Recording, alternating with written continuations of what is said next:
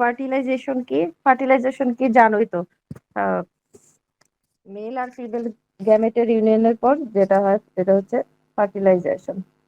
হ্যাঁ, the process of union of male and female gamete is called fertilization. Fertilization কোথায় হয় বলো তো? অ্যানাটমিতেও তো পড়ে আসছো, বলো, একজন বলো। নিউট্রিয়েন্ট টিউব ওভিডাক্টসে। হ্যাঁ, ইউটেরাইন টিউবের পার্ট আছে কয়টা? অ্যাবডোমেন পড়ছো না? অ্যাম্পুলাতে হয় ম্যাম। অ্যাম্পুলাতে, ঠিক আছে। পার্ট কয়টা ইউটেরাইন টিউবের? চারটা। চারটা, বলো কি কি? Infundibulum, isthmus, infundibulum, ampulla, isthmus আর ইন্ট্রামুরাল পার্ট। আচ্ছা, ইন্ট্রামুরাল, ইসমাস, অ্যাম্পুলা আর ইনফ্যান্ডিবুলাম নাকি? জি ম্যাম। আচ্ছা, তাহলে অ্যাম্পুলাতে হয় ফার্টিলাইজেশনটা। কি হয় এখানে? Union of male and female gamete. আচ্ছা, তাহলে কি the process of union of male and female gamete is called fertilization. ফার্টিলাইজেশনটা হচ্ছে কোথায়? ফেলোপিয়ান টিউবের অ্যাম্পুলাতে। ফার্টিলাইজেশনের পরে কি হয় দেখো,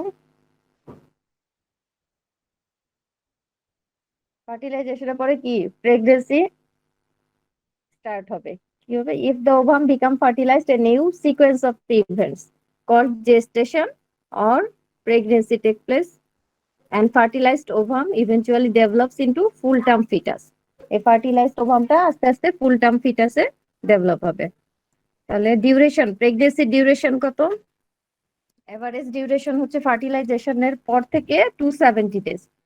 আর কি first day of last menstrual পিরিয়ডের পর থেকে 280 ডেজ, অথবা 40 উইকস, অথবা আবার কি বলি আমরা 9 calendar month plus minus 7 days.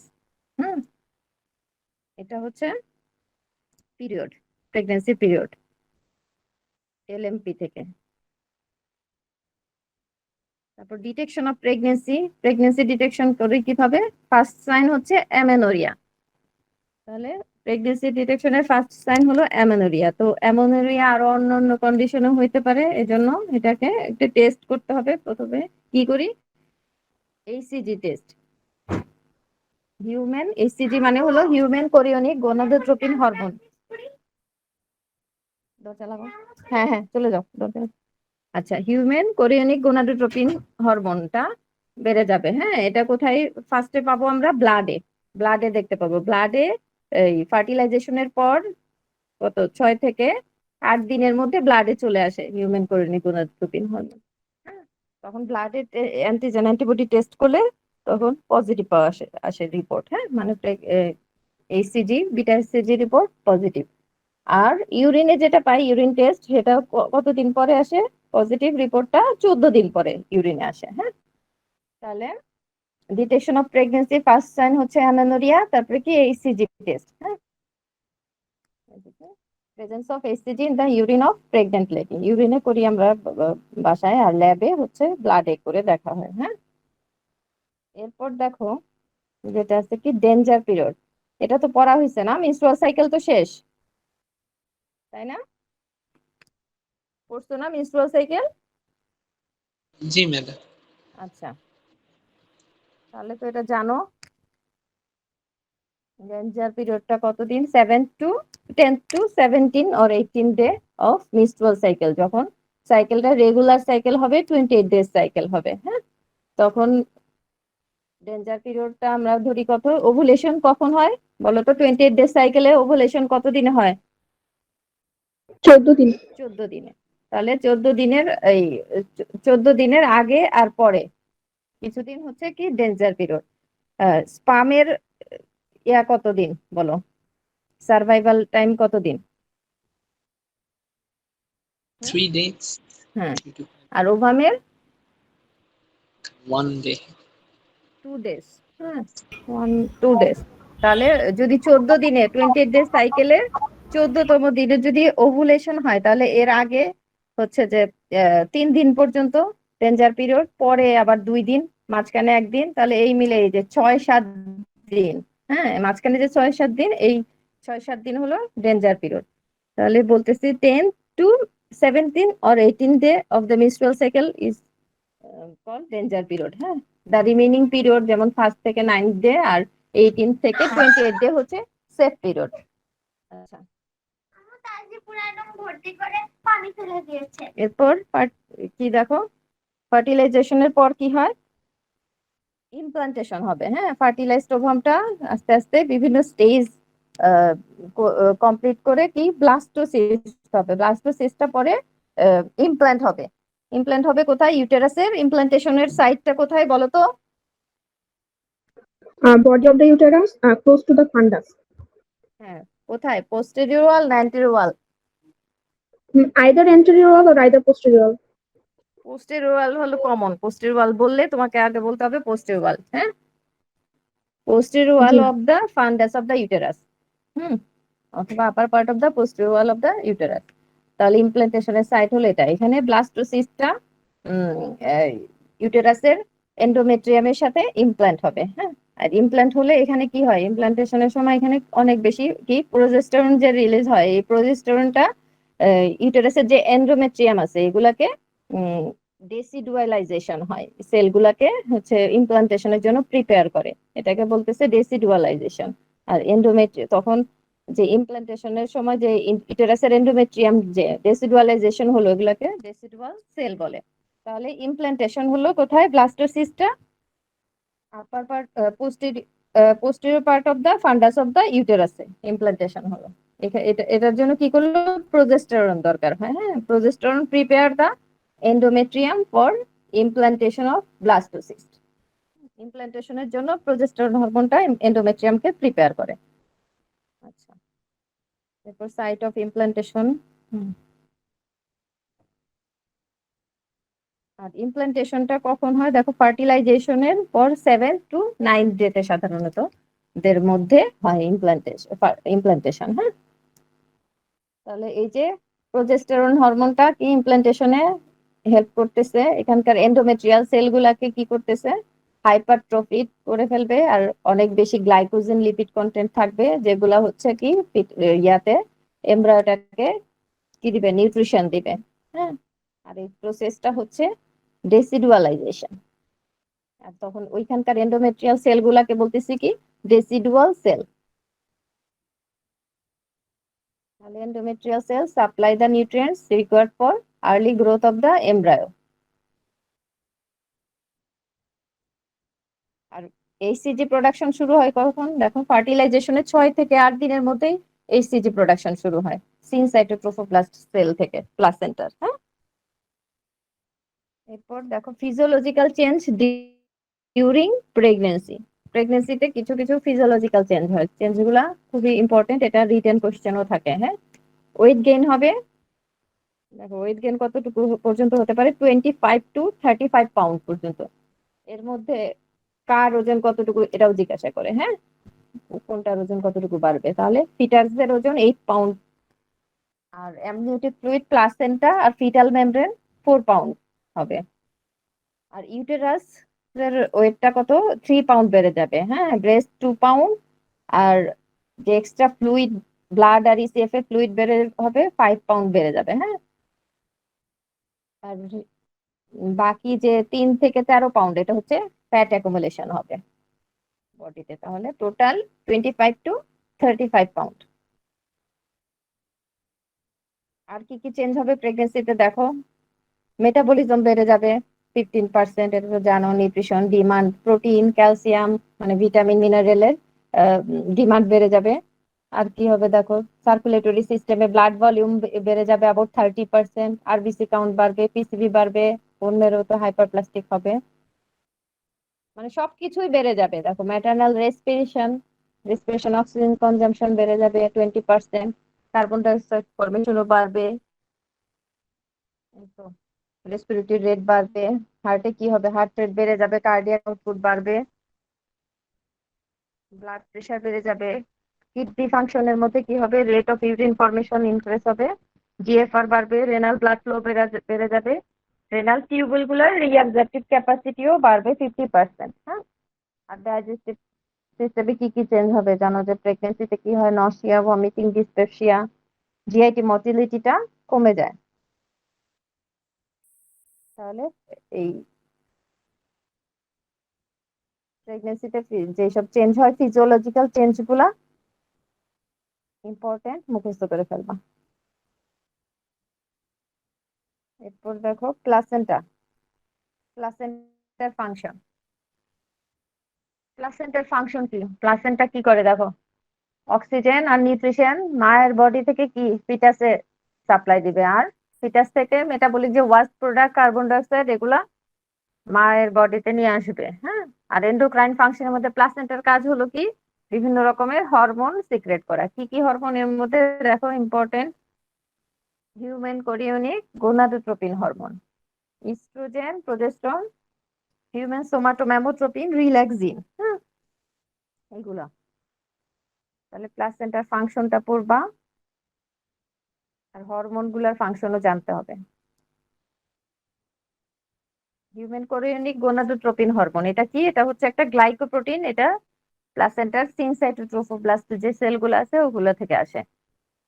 আর এই যে এটা ব্লাডে আসবে কত দিনে দেখো, 6 থেকে 8 দিনের ভিতর ব্লাডে পাওয়া যাবে।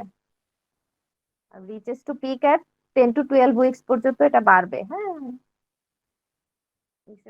তারপর ইউরিনে আসবে কত দিনে? 14 ডেতে ইউরিনে পাবো। টেস্ট করবা ইসিজি প্লাজমাতে রেডিও ইমিউনোঅ্যাসে টেস্টের মাধ্যমে প্রেগনেন্সি ডায়াগনস্টিক টেস্ট আগে তো বললাম। এরপর দেখো ফাংশন, ইসিজির ফাংশন কি? ইসিজির ফাংশন হবে it prevent involution of corpus luteum. Corpus লুটিয়ামটাকে ইনভলিউশন হতে দিবে না।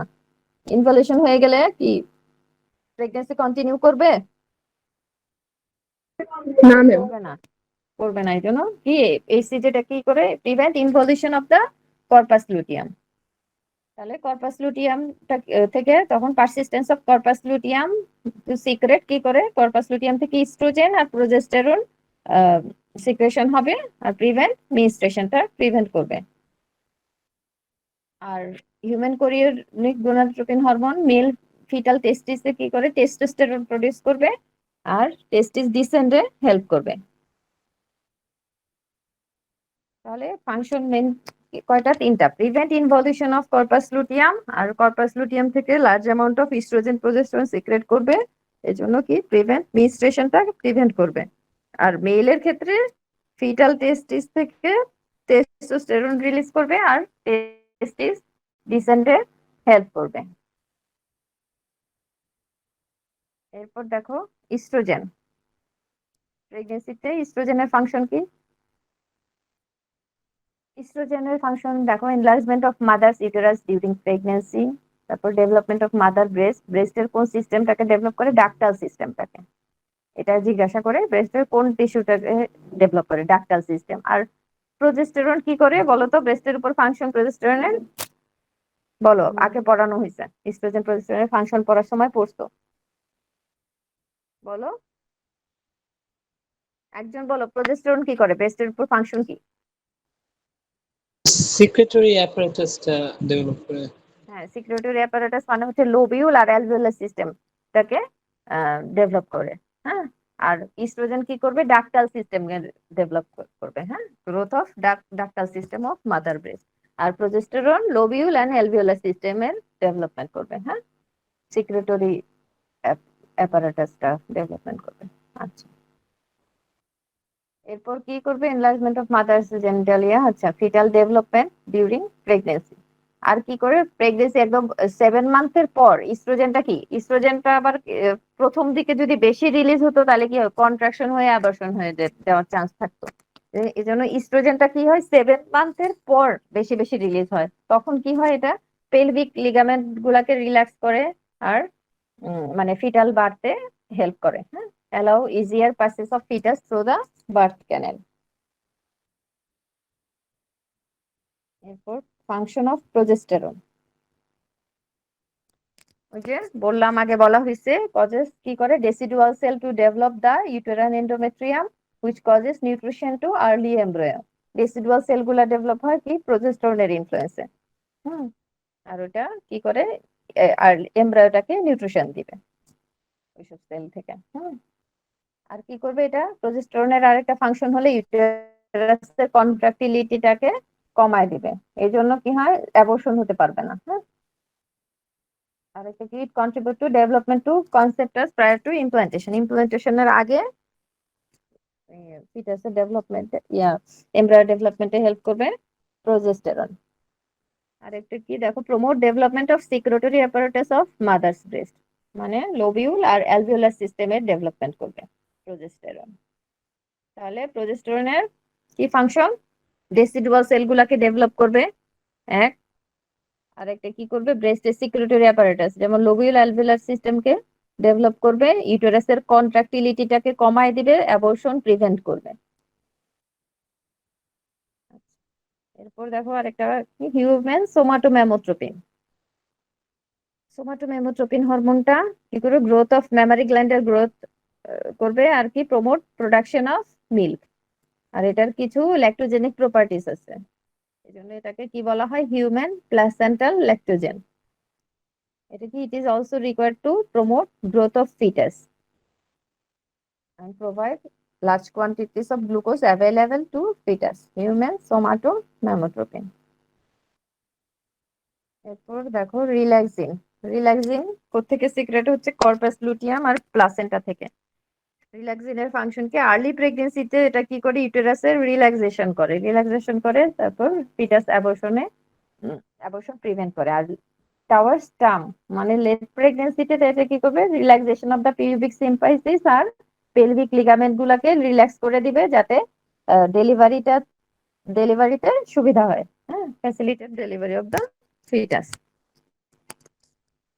আচ্ছা, প্রেগনেন্সি গেলেও প্লাসেন্টার ফাংশন গুলা জানলা, প্রতিটা হরমোনের ফাংশন গুলা পড়বা।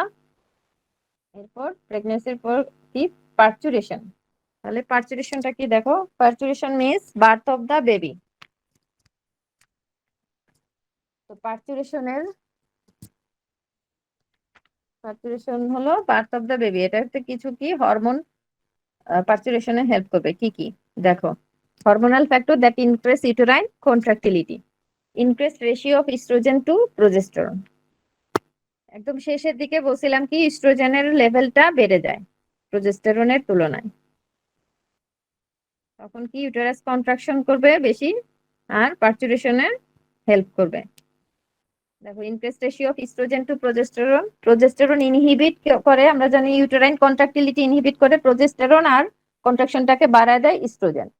From the 7th month onward estrogen secretion continues to increase while progesterone secretion remain constant or decreases. তখন প্রজেস্টেরনের কোনো পরিবর্তন হয় না বা কমে যায় সিক্রেশনটা, আর ইস্ট্রোজেন সিক্রেশন বেড়ে যায় শেষের দিকে। হ্যাঁ, আরেকটা কি, ইউটেরাসের কন্ট্রাকশন করে কোন হরমোন, অক্সিটোসিন। আবার ফিটাল হরমোন কিছু আছে, ফিটাল পিটুটারি গ্ল্যান্ড থেকে অক্সিটোসিন রিলিজ হয়। আবার ফিটাল যে মেমব্রেন আছে, মেমব্রেন গুলা থেকে রিলিজ হয় প্রোস্টাগ্ল্যান্ডিন। এই প্রোস্টাগ্ল্যান্ডিন হরমোনও ইউটেরাসের কন্ট্রাকশন বাড়ায় দিবে। তাহলে এগুলা এইসব হরমোন পার্চুরেশনে হেল্প করবে, oestrogen, oxytocin, prostaglandin. Mechanism of parturition এটা আগেও পড়ছো, এটা কিভাবে, এটাকে কি বলি আমরা, পজিটিভ ফিডব্যাক মেকানিজম। পড়ছো না আগে? এক্সাম্পল বলো দেখি একজন, পজিটিভ ফিডব্যাক মেকানিজমটা পার্চুরেশনের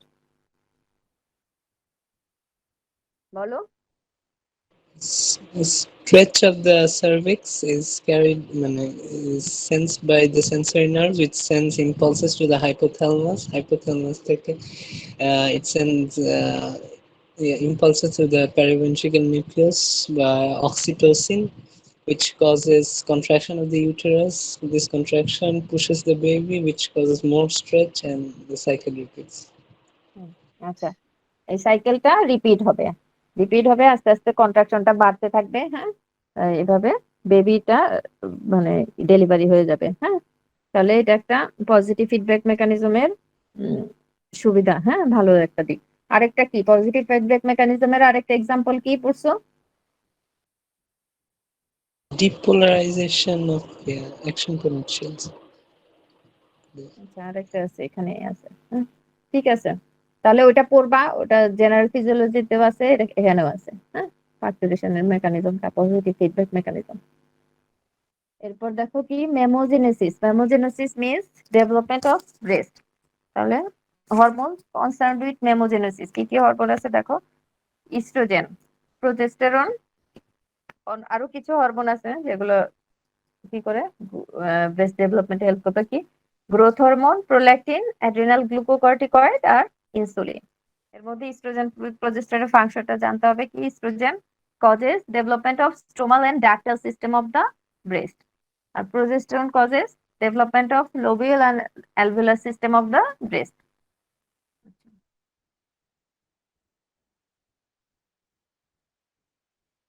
এটা রিপ্রোডাক্টিভ সিস্টেম থেকে তোমাকে ভাইভাতে অবশ্যই জিজ্ঞাসা করবে, ইস্ট্রোজেন প্রোজেস্টেরনের ফাংশন, ইউটেরাসে কি, ব্রেস্টের উপর কি। হ্যাঁ, এরপর দেখো ল্যাকটেশন।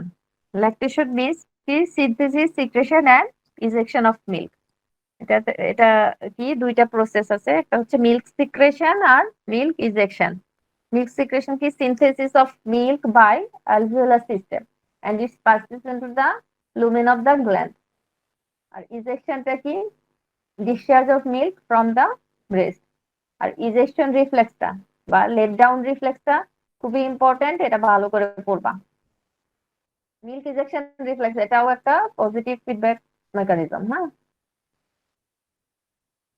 এতে কি হয়, এই সাকিং রিফ্লেক্স, হ্যাঁ সাকিং রিফ্লেক্সের পর কি হয়, এটা টাচ রিসেপ্টর গুলা, মেমারি গ্ল্যান্ডের যে টাচ রিসেপ্টর আছে এগুলো স্টিমুলেট হয়। হ্যাঁ, এখান থেকে কোথায় ইম্পালস চলে যায়, সোমাটিক অ্যাফারেন্ট নার্ভ দিয়ে সুপ্রাঅপটিক প্যারাভেন্ট্রিকুলার নিউক্লিয়াস চলে যায়। হ্যাঁ, ওখান থেকে আবার ইফারেন্ট ইম্পালসটা আসে, ওখানে কি অক্সিটোসিন রিলিজ হয়, এসে কি হয় মায়োপেথিলিয়াল সেল, ব্রেস্টের যে মায়োপেথিলিয়াল সেল আছে সেগুলোকে কন্ট্রাক্ট করবে, তখন মিল্ক ইজেকশন হবে। এটা হচ্ছে কি milk ejection reflex or let down reflex.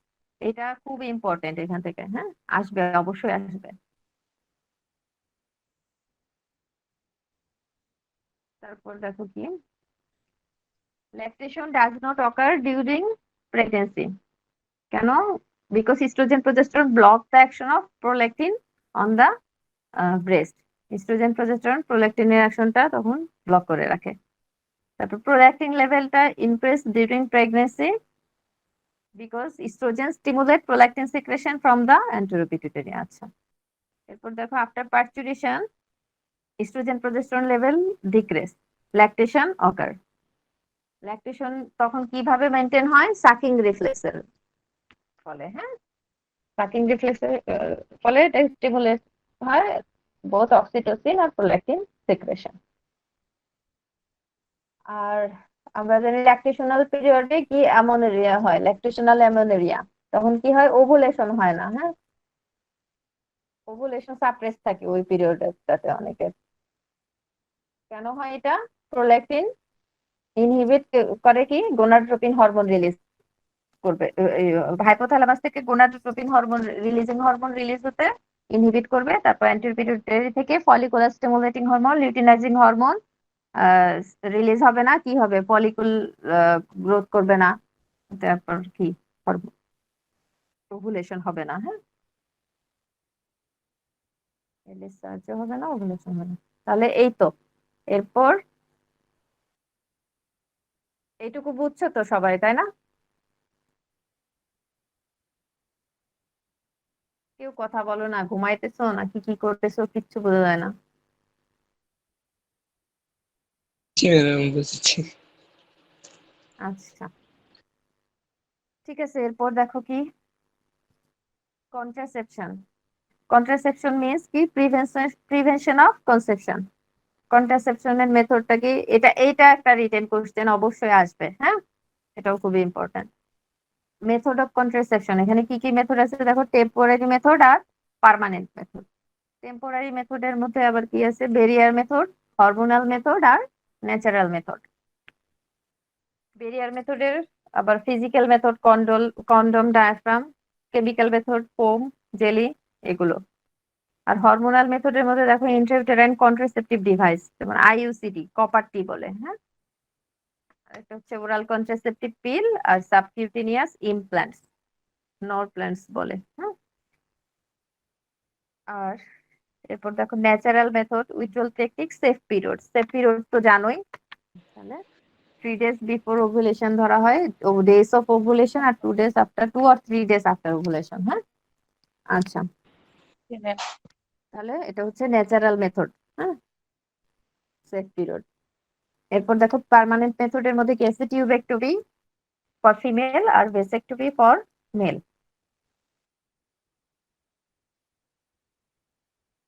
এরপর কম্বাইন্ড ওরাল পিল। হ্যাঁ, এটাতে কি থাকে, কম্বাইন্ড মানে দুইটা জিনিসের কম্বিনেশন, বুঝতেছো, ইস্ট্রোজেন আর প্রোজেস্টেরন। তাহলে ইস্ট্রোজেন হচ্ছে লো ডোজে ইস্ট্রোজেন থাকবে আর হাই ডোজে প্রোজেস্টেরন থাকবে।